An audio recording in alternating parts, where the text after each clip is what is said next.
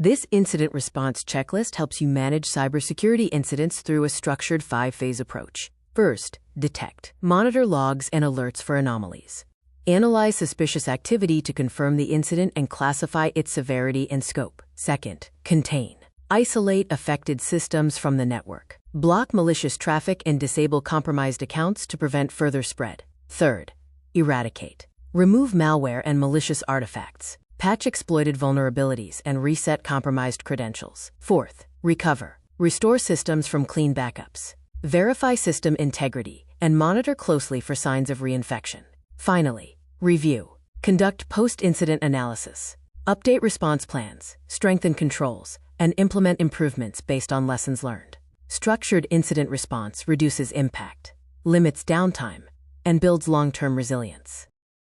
For more security checklists, visit infosec-tools.de.